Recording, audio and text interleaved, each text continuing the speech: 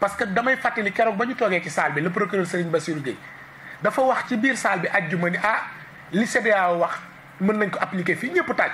je sais pas qu'est-ce qui s'est passé entre vendredi samedi le lundi mu ñëw changé mel ni musuloon wax loolu ñu ni APR ak seen communicant yëpp taxaw ne les décisions de la CEDEAO ne peuvent pas s'appliquer à nous. et pourtant quand ils ont voulu déloger Yaya Jammeh ils ont CEDEAO lañ sukkandiku tey aujourd'hui CEDEAO lañ sukkandiku pour sanctionner sanctions yi ñu waxoon dañ koy def Mali mais il faut ma xam ban CEDEAO la est-ce que CEDEAO dafa am décision yoo xam bu leen arrangé ñu ni waaw am yoo xam ne bu leen arrangé wul ñu ni déet donc non chef d'État ñoom ci seen bopp ñoom ñoo gën a suufeel suñu institution communautaire yi parce que suñu bëggee am vers des unions solides il faut que bu ñu tegee institution yooyu signer convention internationale yi bu fa décision wàccee ñu mën ko appliquer mais ci dossier Khalifa Sall ci dossier Karim Wade tu as vu que chaque fois que l'État sort du territoire il perd partout de la CEDEAO aux Nations Unies devant Karim devant Khalifa fépp fu ñu dem ils perdent donc ñoom aujourd'hui il faudrait que tey li xew Mali war na leen mën a yee que ni les peuples s'ils se décident CEDEAO mënul ci ñoom lu bari parce que boo gisee yenn peuples yi tey nag muy respect CEDEAO mais gis nañu population tey président dem bu nee gëmul CEDEAO tey moo bëgg ñu wax gëm naa CEDEAO mais kan moo koy gëm mais aucun Sénégalais ne va donner du crédit à ces paroles donc la justice la parole bi mu répété sànq te juste dem waxoon que je démissionne d'une justice qui a démissionné je pense que loolu rek jar nañu xoolaat suñu bopp gis nga li gën a garaaw ci réew mooy bu ñu demee ba ceux à qui ñi nga xam ni ñoom la ñu war a rendre la justice parce que dañuy wax ne la justice est rendue au nom du peuple ce peuple là bu demee ba amatul yaakaar wóolatul justice bi mais fajal boppam lay def te bis bu fajal boppam amee anarchie am donc il faudrait que suñu justice gars yi gën a xam ni tey jii foofu mooy suñu dernier rempart moom la nit ñi yaakaar te boo jëlee Sénégal 10 dernières années yi yaakaar dafa tas ci justice bi yaakaar kenn amatu ko booy dem sax dossier da nga naan maa ngi dem justice waaye xam naa ni du ma fa am la ma bëgg donc loolu nag lu doy waar la te le Sénégal a connu de grands juges Kéba Mbaye Youssoufa Ndiaye et tant d'autres juges yoo xam ne Sénégalais dañ leen di si donc aujourd'hui la nouvelle génération gis nañ ci ñoo xam ne ñu ngi bañ mais li ma gëm rek man mooy li assises nationales yi waxoon il faut ñu couper le cordon entre la chancellerie ak le parquet il faut d'abord ñu couper ko que ñoom ñu gën a jël seen indépendance leen seen ay promotion yi ñuy am seen ay nomination que état bi bañ ko gérer ti mais tant que ñu ngi dépendre fële ñu naan woy yaa am na réquisitoire écrit réquisitoire oral donc mais je pense que cette justice là doy na waar et il faudrait que ñu xam loolu que ni le président Macky Sall su fekkee am na une très grande tache noire de sa gestion mais ci justice bi lay jóge. d'accord dama bëggoon nag laal ci benn point bu mu souligné tout à l'heure mooy affaire de autorisation de construction yi. gis nga nag ce qu'il a dit c'est extrêmement important c'est-à-dire que les administrateurs xamuñu dëkk bi pour signer ay autorisation de construire mais également on a un autre problème beaucoup plus sérieux élection locale day jot ñu instruire nit jox ko ay millions koo xam ne ni xamul dëkk ba la fa xew mosu fa teg tànkam kadante moo ko boole dëkk bi il vient au niveau de la localité jënd conscience nit ñi ñu votel ko mu pare élection tëdd Dakar kooku également suñ ko joxee tout comment dirais pouvoir signer ay autorisation de construction day gën a doy waar. donc tey loolu dama ci profiter pour yee population yi nga xam ne ni tey ñu ngi si dans les zones les plus reculées ñu yeewu souvent à Dakar peut-être amuñu problème boobu parce que peut-être à Dakar bon gars yi souvent ñoom duñu def exode rural mais par contre ñeneen ñooy exode ñëw Dakar dëkk fii am seen famille tout ça dem nekk mais ailleurs te même pour signer leen pour ñu signer sax extrait de naissance c'est l'adjoint du maire qui signe cela doo gis maire jamais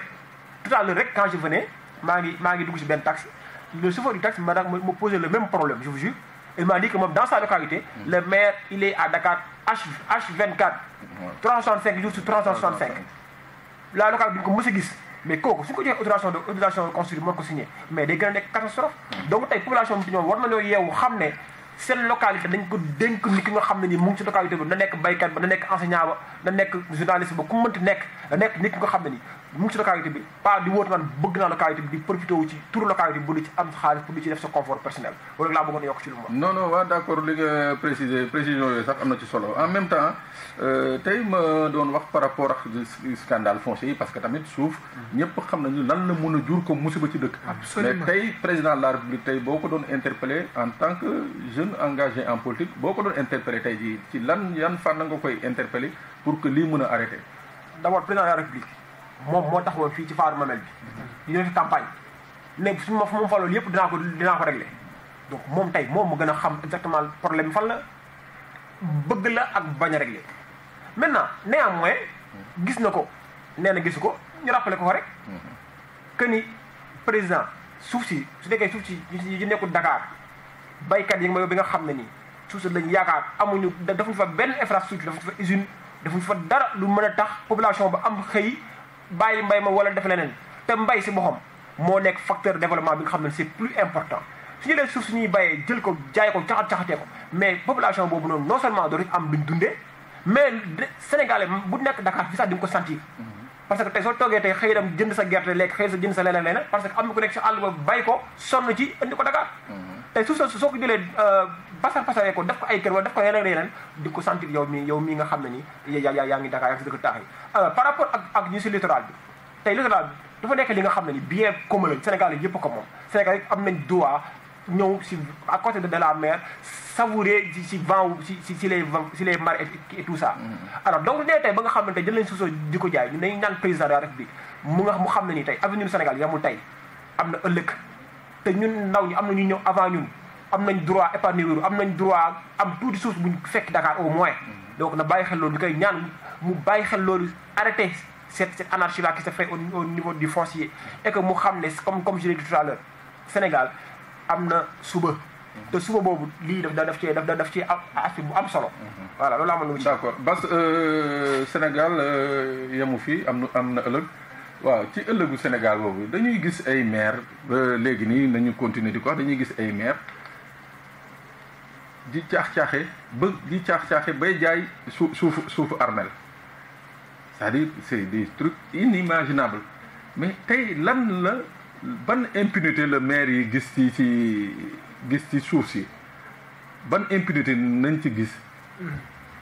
ba mu leen jaral ñuy saaxe sans pour autant penser aux générations futures parce que quand même je crois que am na benn impunité bu nekk ci biir. non xam nga il faut se dire chaque fois que nga dégg ne un maire jaay na suuf il n'est pas seul.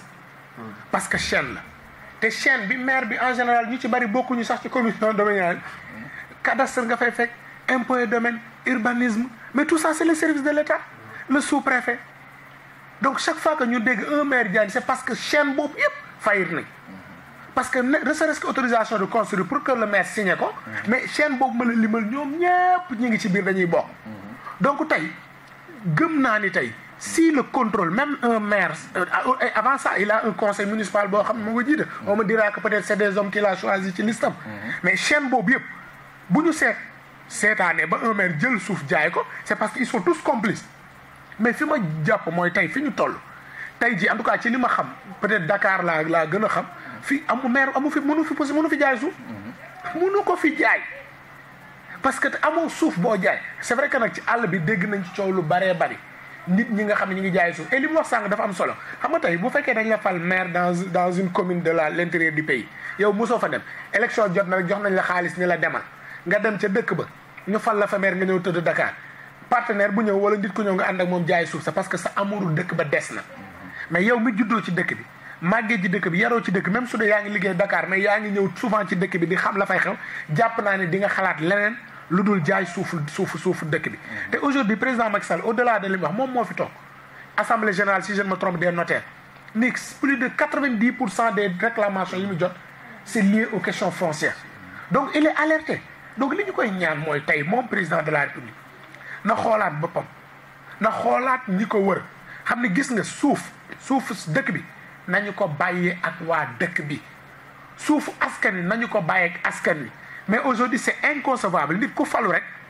1 an 2 ans quelques ans nga dégg mun la am na ay tant d'hectares mais fan la ko jëlee hectares yoo xam ne dondoo ko say wayjur sa alal jëndoo ko sa alal may sa ñàkk may la ko mais alal askan wi la donc il faudrait que la question foncière aujourd'hui tegoon nañu benn commission bu professeur Moustapha Sow jiite woon ensuite professeur Doudou Ndir mais ñooñu ñëpp defoon nañ ay conclusions donc aujourd'hui à la limite tu te demandes ces multiples commissions qu'on met en place pour réfléchir di jël xaalisu Sénégal di leen ko fay ban njëriñ ngay am su fekkee chaque fois que des intellectuels réfléchissent joxe ay propositions ñu ranger ko ci tiroir yi donc aujourd'hui c'est la volonté modeste mais président il est assez informé te moom chance bi mu am il a été maire ministre de l'intérieur premier ministre président de l'Assemblée nekk président de la République qui est mieux informé que lui donc question de volonté modeste donc di ko ñaan la question foncière c'est une question très dangereuse nañu ci def ndànk gis nañ ce qui se passe en Ndingler on a vu à Tobène et ça se passe dans beaucoup de communes du Sénégal que président na rappelé à l'ordre ces hommes ñu bàyyi suufu dëkk bi beneen bi mooy ce décret illégal bi ñu jël pour jox les administrateurs civils ñu mën a signer les autorisations de construire nañu ko retirer